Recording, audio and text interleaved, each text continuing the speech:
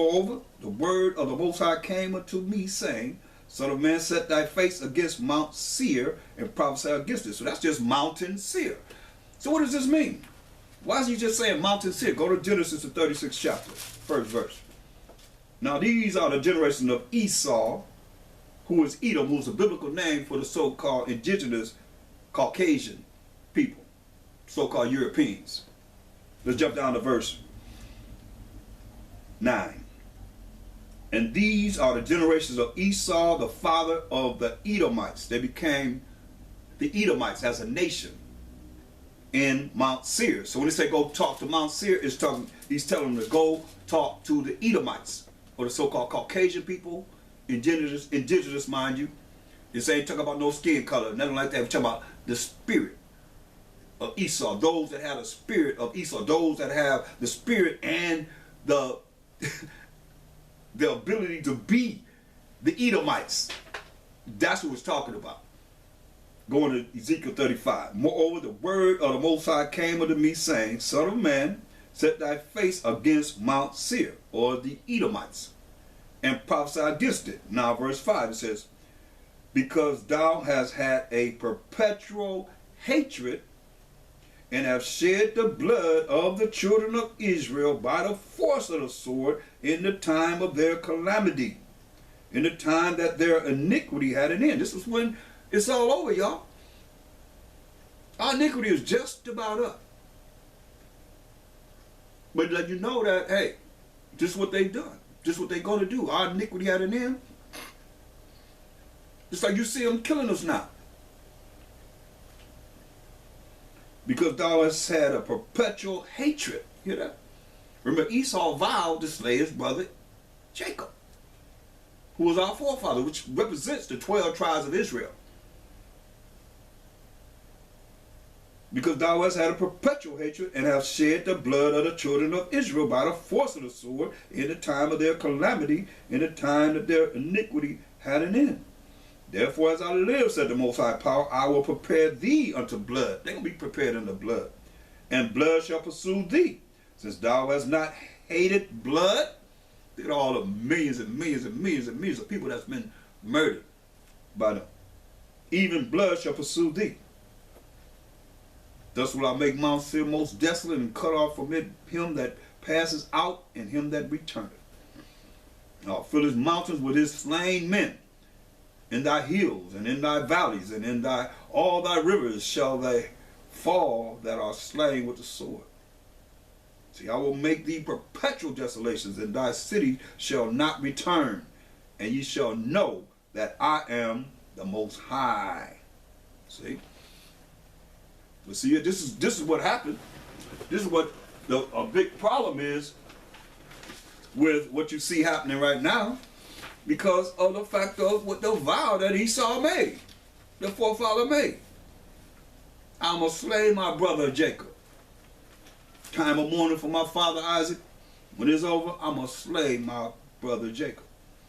So that's what you see now. And you know it's their kingdom, because look at Zechariah 11 and 5. Whose possessors slay them, and we in your possession, and hold themselves not guilty. Killing us, not, what's the verdict? Not guilty, over and over again. And they that sell them say, blessed be the Most High, for I am rich, and their own shepherds pity them not. You folks out beating preachers, you don't care. You stand up against your own people. That's why the Most High said, He gonna get you.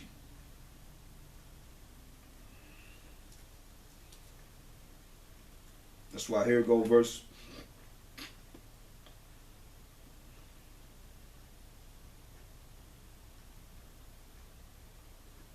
4.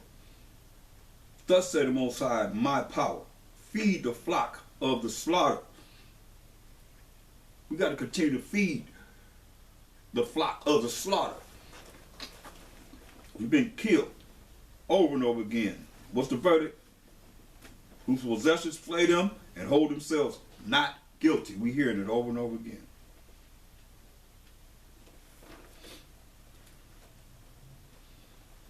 Jeremiah 50:7.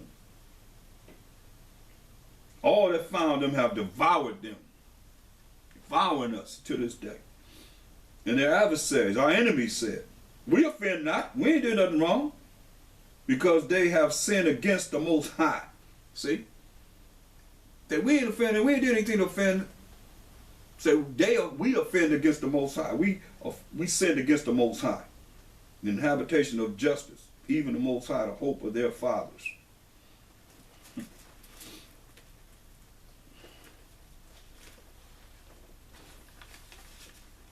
So you see it's a balance here. But we have to continue to have humility before the Most High.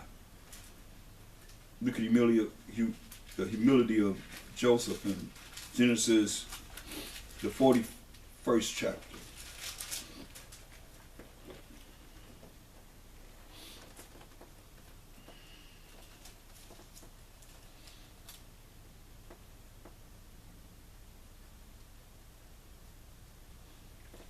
Let's look at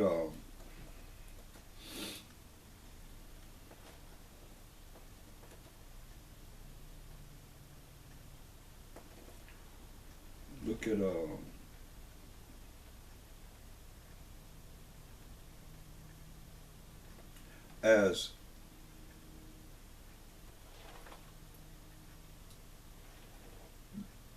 Joseph was in prison and he told the brother to remember him.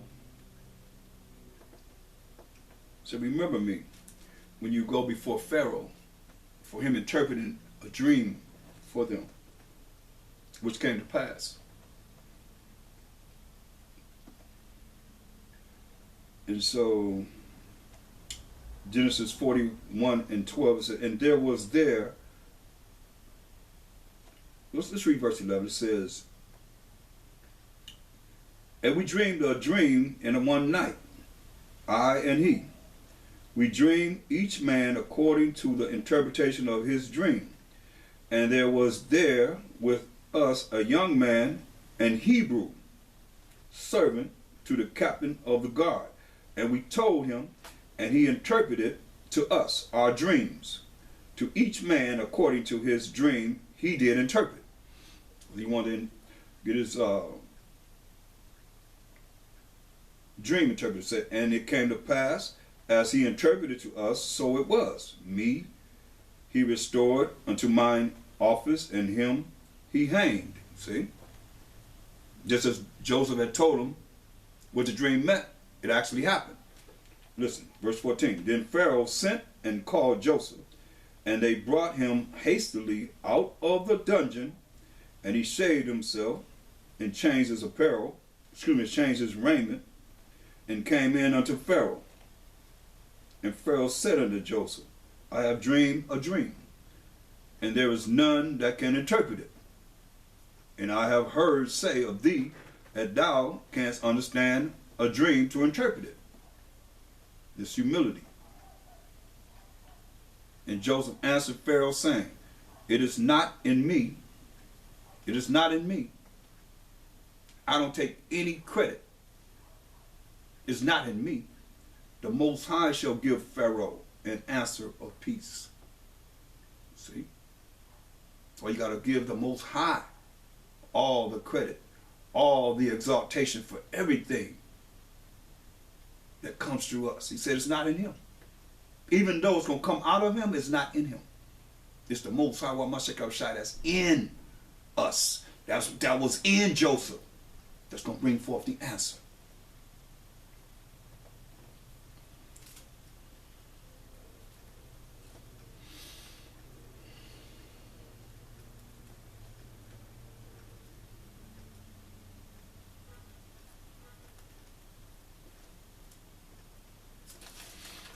So Pharaoh tells the dream. Verse 25. And Joseph said unto Pharaoh, the dream of Pharaoh is one. The Most High have shown Pharaoh what he is about to do. See? the Most High showed Pharaoh what he is about to do. Now, to understand more of how this works, when you look at Job 33 and 14.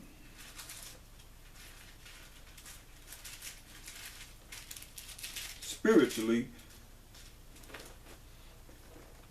it says, for the Most High speaketh once, yeah, twice, yet man perceiveth it not. In a dream, in a vision of the night, when deep sleep falleth upon men, and slumberings upon the bed. Then he openeth the ears of men, and sealeth their instruction, that he may withdraw man from his purpose, and hide pride from man. See? So that's what happens right here. And many a times it has happened in a dream or a vision, as he says. He shows man and gives them an answer if man will hear.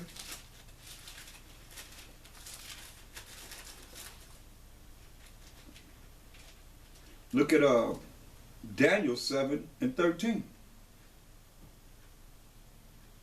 During the time of Daniel, it said, I saw in the night visions, and behold, one like the Son of Man, who was Mashiach Yahushua, came with the clouds of heaven. This is what we see happen after we see Acts 1 and 9, when the Mashiach Yahushua ascended up in the clouds, which is a chariot of the Most High. When you read Psalms 104 and 3, a vehicle like they call it, flying saucers and so forth, a chariot of the Most High.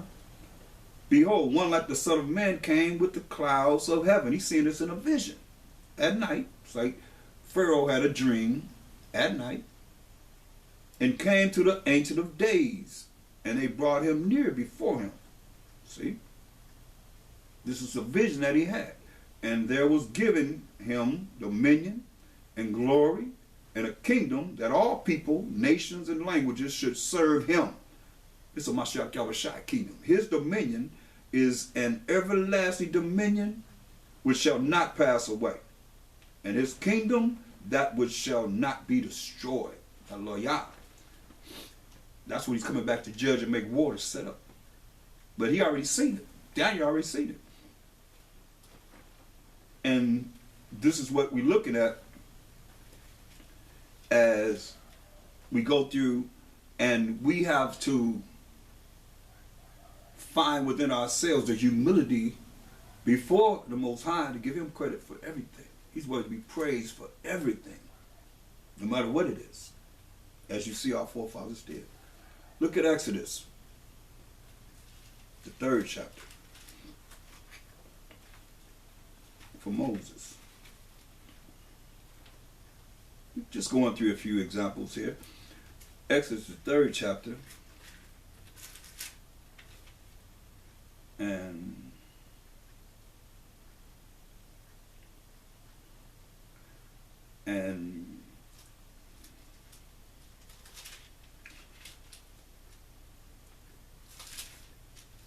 let's look at let's start at verse 7. Exodus 3 and 7. And the Most High, while Mashiach Yahushua said, I have surely seen the affliction of my people which are in Egypt, and have heard their cry by reason of their taskmasters, for I know their sorrows. See? And that's where we at now. That's what I say, we ain't been sorrowful enough, crying to the Most High for the condition of our people. But oh, you cry when he comes home. But we got to cry out for those that you see are sorrowful in this wicked lands that we've been scattered among, in the treatment of the children of Israel, how we've been treated. This is what we did. And this is the only time the Most High had pity on us, when we cried to him. That's what he says. And the Most High said, I have surely seen, this Exodus 3 and 7.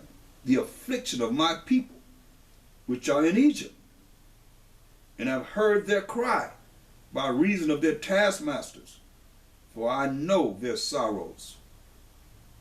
And I have come down to deliver them out of the hand of the Egyptians, and to bring them up out of that land unto a good land and a large, unto a land flowing with milk and honey, unto the place of the Canaanites, and the Hittites, and the Amorites, and the Perizzites, and the Hivites, and the Jebusites. 7 nations.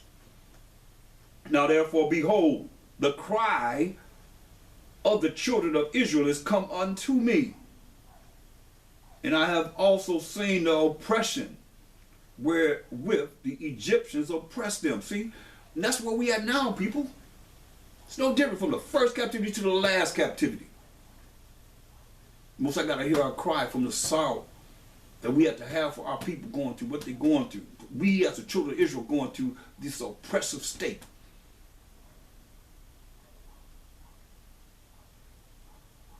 Verse 10, come now therefore, and I will send thee unto Pharaoh, that thou mayest bring forth my people, the children of Israel, out of Egypt. You see who his people are? The children of Israel. Bring us out of Egypt. This is humility from Moses. And Moses said unto the Most High, while Mashiach Yahushua, who am I, that I should go unto Pharaoh, and that I should bring forth the children of Israel out of Egypt? Say, well, I'm nobody. See? That's what he's saying. So who am I? That I should go unto Pharaoh, and that I should bring forth the children of Israel out of Egypt?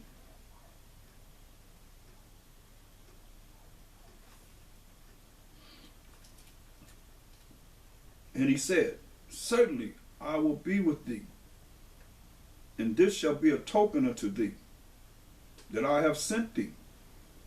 When thou hast brought forth the people out of Egypt, ye shall serve the Most High upon this mountain. Okay? You see what Moses said? Who am I?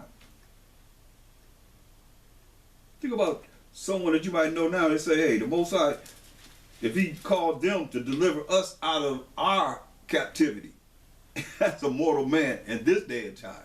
Woo! You think they would say that? I don't think so. You have been already saying that they're the only way to the kingdom.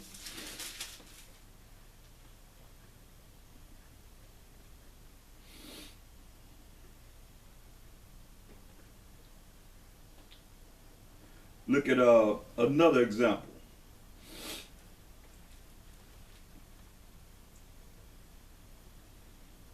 In Exodus 6 and verse 9.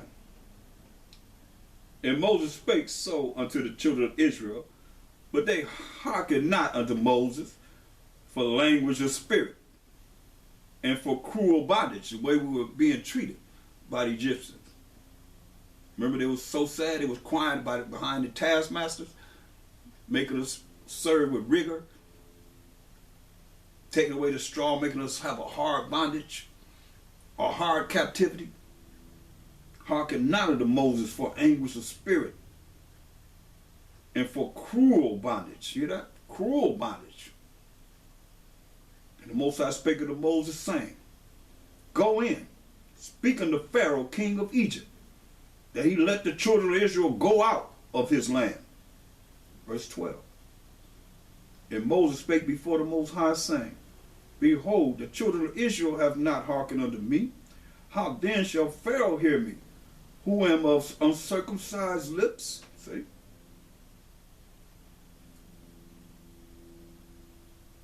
How they gonna hear me? How Pharaoh gonna hear me? Me of uncircumcised lips. See how much humility that is? He's not exalting himself before the Most High. He's humbling himself. See, I got uncircumcised lips, man. I'm nobody. Verse 13, and the Most High spake unto Moses and unto Aaron, and gave them a charge unto the children of Israel, and unto Pharaoh, king of Egypt, to bring the children of Israel out of the land of Egypt. See?